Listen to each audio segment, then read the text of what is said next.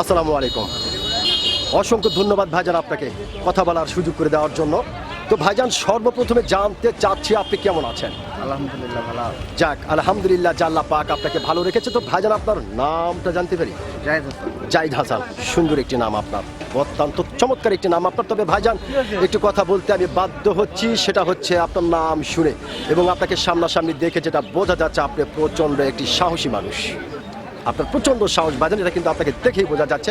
তো ভাইজান, যেহেতু আপনি বাংলাদেশের একজন সচেতন নাগরিক এবং বাংলাদেশের একজন সাহসী মানুষ, সেই ক্ষেত্রে এই বিষয়টি আপনার কাছ থেকে জানতে চাচ্ছি যে আমাদের বাংলাদেশের সাবেক প্রধানমন্ত্রী শেখ হাসিনা, তিনি এখন বাংলার মাটি ছেড়ে ভারতের মাটিতে অবস্থান করতেছেন। তো এই বিষয়কে কেন্দ্র করে বাংলাদেশের বিভিন্ন ধরনের মানুষ বিভিন্ন ধরনের কথা বলছে। কেউ বলছে শেখ হাসিনা কখনো কোনোদিন বাংলার মাটিতে আর পা রাখতে পারবে না, আবার অনেকেই বলছে না, শেখ হাসিনা আসবে অচিরেই বাংলার মাটিতে বীরের বেশে, আবার অনেকেই বলছে হলে হতেও পারে, তবে তার জন্য একটু সময় লাগতে পারে। তো ভাইজান, আপনি একজন সচেতন নাগরিক এবং একজন সাহসী মানুষ হিসেবে আপনার কাছ থেকে জানতে চাই যে উনি আসতে পারবে কি না?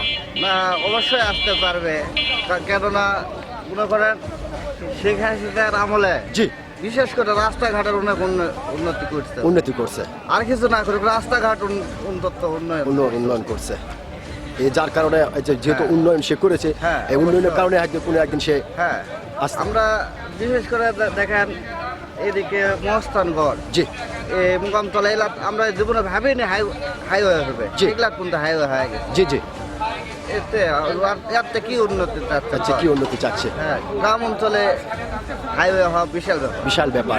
অসংখ্য ধন্যবাদ ভাইজান আপনাকে। তার মানে আপনি বোঝাতে চাচ্ছেন যে বাংলাদেশের যে উন্নয়নগুলি করেছে, আসলে এই উন্নয়নের কারণে একদিন বাংলাদেশের মানুষ তাকেই নিয়ে আসবে। অসংখ্য ধন্যবাদ ভাইজান, আপনি যে সত্যিকারের একজন সাহসী মানুষ, আপনি কিন্তু আপনার সাহসিকতার পরিচয় দিয়েছেন। অসংখ্য ধন্যবাদ আপনাকে।